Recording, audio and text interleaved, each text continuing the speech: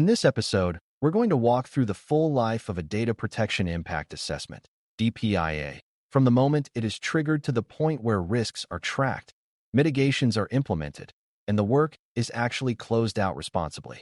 A lot of beginners picture a DPIA as a single document you fill out because someone told you to, but the reality is closer to a decision process with a paper trail. The point is to identify high-risk processing early, understand how and why it could affect individuals, and then build safeguards that reduce risk in a way you can explain and defend later. When a DPIA is done well, it prevents late-stage surprises that force rushed redesigns, and it gives leaders confidence that the organization is managing privacy risk intentionally. When it is done poorly, it becomes a box-checking exercise that creates false comfort and does not change behavior. We'll focus on 4 core parts you need to master as a beginner: how DPIAs are triggered, how you define scope, how you score and prioritize risks in a consistent way, and how you track remediation so the mitigations do not stay stuck as ideas on paper. By the end, you should be able to describe an end-to-end DPIA in a clear, practical sequence that a new learner can understand. Before we continue, a quick note. This audio course is a companion to our course companion books. The first book is about the exam and provides detailed information on how to pass it best.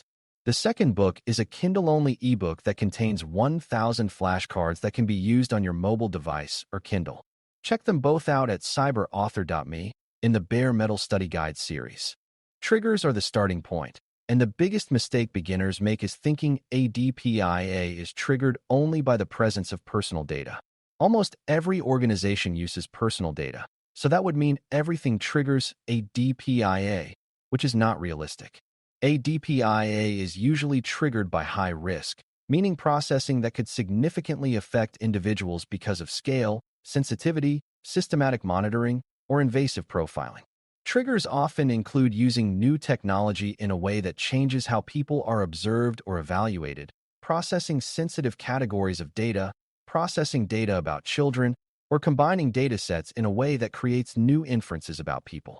Triggers can also include large-scale processing, such as tracking many users, monitoring behavior across contexts, or making decisions that affect access to services. A trigger can come from a new product feature, a new business model, a new data sharing relationship, or a new purpose for existing data. The practical point is that a DPIA starts when someone recognizes that the activity could create meaningful harm or meaningful legal exposure, not when someone notices data exists. Your job is to build a habit of spotting these triggers early, before the processing becomes difficult to change. Because organizations can miss triggers, many programs use a screening step, often a privacy threshold assessment, PTA, to ask consistent questions that surface DPIA candidates. The screening questions are not the DPIA itself, but they help ensure the DPIA begins at the right time. Timing matters because the best moment to reduce risk is when a feature is still being designed, not after it is launched. A good trigger process also recognizes that risk can emerge later, not just at launch, because scope can creep, new integrations can appear, and teams can reuse data in ways that were not originally planned. For example, a feature that started as basic account management could slowly expand into behavioral analytics, which changes the risk picture. When the trigger process is healthy, it catches both planned high-risk projects and drifting projects that become high-risk over time. This is why DPIA triggering should be linked to change management and product governance, even if you are not talking about tools. The overall lesson is that triggering is a process, not a lucky guess, and your goal is to make it repeatable and fair. Once a DPIA is triggered, the next step is scoping, and scoping is where you define what the assessment covers and what it does not. This sounds simple, but it is one of the most common failure points because teams either scope too narrowly to avoid uncomfortable questions or scope too broadly and get lost. A useful scope statement describes the processing activity in concrete terms: the purpose, the data categories involved, the population affected, the systems that touch the data, the parties who receive it, and the life cycle from collection to deletion. It also describes boundaries, like whether the assessment covers only one product feature or the entire product, whether it includes employee data or only customer data, and whether it includes downstream uses like analytics or model training. Scoping should also clarify assumptions, such as expected volumes, retention periods, and the intended legal basis, because those assumptions affect risk scoring. For beginners, it helps to think of scoping as drawing a box around the data story you are evaluating. If the box is drawn wrong, the entire assessment will either miss key risks or waste effort on irrelevant parts. Scoping also includes identifying stakeholders and information sources, because a DPIA cannot be done correctly by one person in isolation. You need input from the people who understand the processing, like product teams, operations teams, and sometimes vendor managers, as well as people who understand legal obligations and security controls.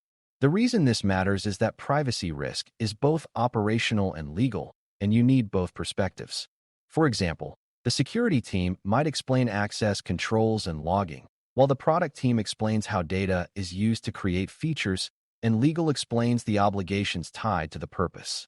If you only talk to one group, you will miss parts of the story, and the risk scoring will be based on incomplete facts. A DPIA should also identify third parties involved, because vendors can change risk dramatically, especially if they introduce new sharing, new storage locations, or cross-border transfers. Scoping is basically the phase where you gather enough truth about the real processing to make the rest of the assessment meaningful. A beginner can be very effective here by asking simple, concrete questions and insisting on clear descriptions. After scope is set, you usually move into describing necessity and proportionality, which is a fancy way of asking whether the processing makes sense and whether it is more intrusive than it needs to be. Necessity means the processing supports a legitimate purpose and is needed to achieve it, not merely convenient. Proportionality means the processing is balanced, meaning it is appropriate in scale, in sensitivity, and in intrusiveness relative to the benefit. This step matters because high risk is not just about what data is collected, but also about whether the collection and use are justified and constrained. A common beginner misconception is that if a business wants to do something, that automatically makes it necessary, but necessity is a tighter standard than desire. For example, collecting a full date of birth might be unnecessary if verifying age range is enough, and retaining detailed behavioral logs forever might be disproportionate if a shorter window achieves the same service improvement goal. When you do necessity and proportionality well, you often find risk reduction opportunities that are simpler than adding new controls, like collecting less data or using data at lower detail. This is a powerful part of the DPIA because it can reduce risk at the source, which is usually more effective than trying to manage risk after the fact. Now we get to risk identification, which is where you list the ways the processing could negatively affect individuals and the organization. Risk in a DPIA is often framed in terms of impact on rights and freedoms, which includes things like loss of privacy, discrimination, loss of autonomy, and harm from exposure or misuse. It also includes risks from lack of transparency, where people cannot understand what is happening, and risks from lack of control, where people cannot reasonably exercise choices or rights. This is broader than security, although security is part of it, because a perfectly secure system can still be privacy invasive if it collects too much or uses data in surprising ways. Risk identification should connect to the processing description, meaning the risk should make sense given what the system is doing. If the system profiles behavior, risk might include unfair or inaccurate profiling. If the system monitors location, risk might include tracking that feels intrusive or creates safety concerns. If data is shared with multiple parties, risk might include loss of control and inconsistent downstream practices. The goal is to translate the processing into plausible harm scenarios without turning the DPIA into science fiction. Risk scoring is where many beginners get nervous because it sounds like you need a complicated formula, but the fundamentals are more about consistency than math. Risk scoring is a way to prioritize, so you know which risks require urgent attention and which can be managed with standard controls. Most scoring approaches combine likelihood and impact. Likelihood is how likely it is that the risk event will occur, considering the system design and current controls. Impact is how severe the harm would be to individuals and the organization if it occurs. For privacy, impact often considers sensitivity of data, scale of affected individuals, difficulty of reversing harm, and the seriousness of the consequences. A key point is that likelihood is not only about malicious attacks, and it can include human error, process failure, and predictable misuse. A second key point is that privacy impact can be high even when security likelihood is low, because intrusive uses can create harm without any breach at all. The scoring method should be simple enough that different people can apply it and arrive at similar results. Because if scoring is too subjective, it becomes a political argument rather than an assessment. The goal is not perfect precision, but a defensible prioritization. When scoring risks, it helps to be explicit about what controls you are assuming and what controls you are proposing, because that separates current risk from residual risk. Current risk is the risk level given what exists today, while residual risk is the risk level after mitigations are applied. This separation matters because it prevents a common trick where teams describe future controls as if they already exist, making the risk look lower than it really is. For example, a team might say access is controlled, but if the access review process is not actually implemented yet, then it cannot reduce current likelihood. A DPIA should show what is real, what is planned, and what risk remains even after improvements.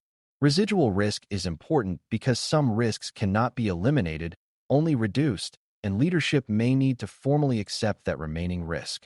For beginners, the important discipline is to score based on evidence, not hope, and to document assumptions that affect the score.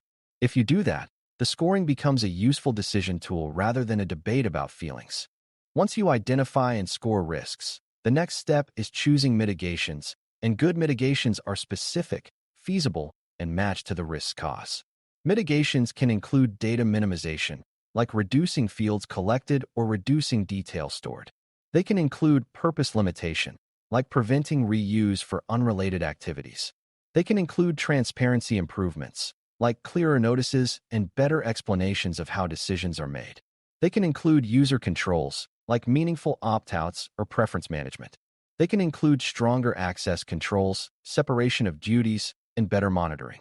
They can include retention limits and defensible deletion processes.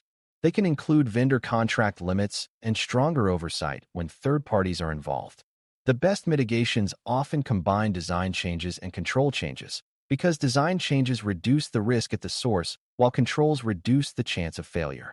A mitigation that only says improve training is usually weak unless the root cause is truly lack of knowledge, because training cannot compensate for a bad design indefinitely. The fundamental skill is to link each mitigation to a specific risk and to explain how it reduces likelihood, impact, or both. Remediation tracking is the part that turns a DPIA from a thoughtful document into real change, and it is where many programs struggle. Tracking means you record each mitigation as an action with an owner, a timeline, and a definition of done, so you can later verify that it happened. It also means you capture dependencies, because some mitigations require other teams or other changes to be in place first.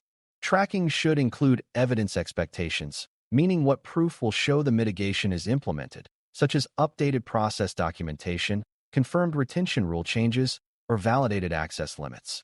This is not about turning everything into bureaucracy, but about preventing the common pattern where mitigations are agreed to in a meeting and then quietly forgotten.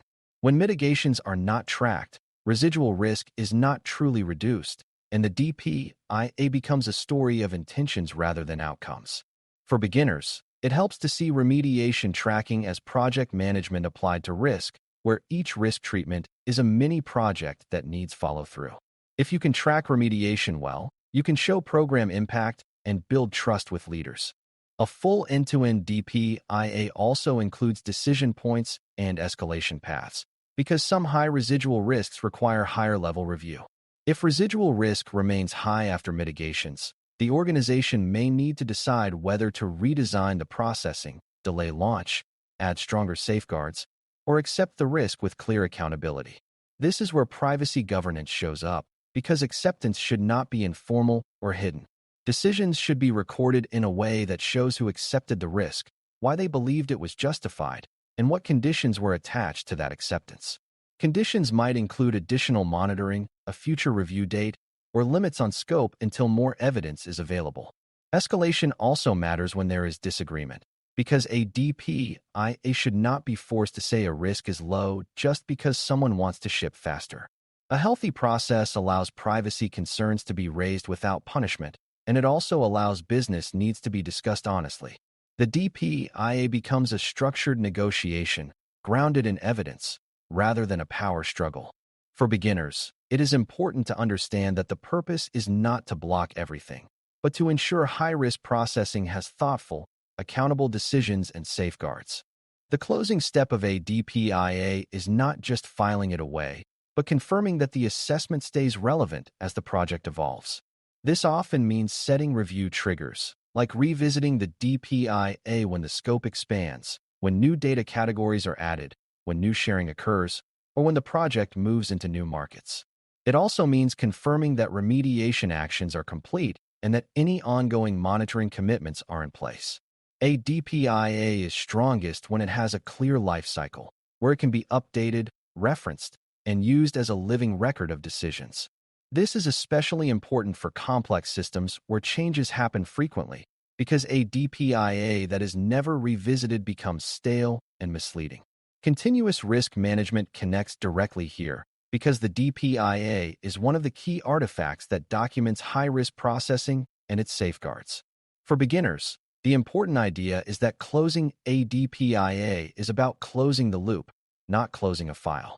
You want to be able to say, we identified risks, we reduced them, we proved the mitigations, and we know when to reassess. To bring it all together, executing a DPIA end-to-end is a disciplined journey that starts with recognizing high-risk triggers and ends with verified risk reduction and accountable decisions. You begin by spotting triggers early and ensuring they route into a DPIA at the right time. You scope the assessment so it covers the real processing activity, the real data lifecycle, and the real parties involved without getting lost. You describe necessity and proportionality so you can reduce risk at the source by questioning whether the processing is too intrusive. You identify risks in terms of realistic harm and impact on individuals, not just generic security fears. You score those risks consistently using likelihood and impact, separating current risk from residual risk, and documenting assumptions. You choose mitigations that match root causes, and then you track remediation until it is truly implemented and evidenced. Finally, you manage decisions and updates so the DPIA stays alive when the processing changes. When you can explain that whole flow in plain language, you are no longer treating DPI as paperwork, and you are treating them as one of the strongest tools a privacy program has to prevent harm and prove accountability. Thanks for listening. For more audio courses, daily newsletters, and more, please visit baremetalcyber.com.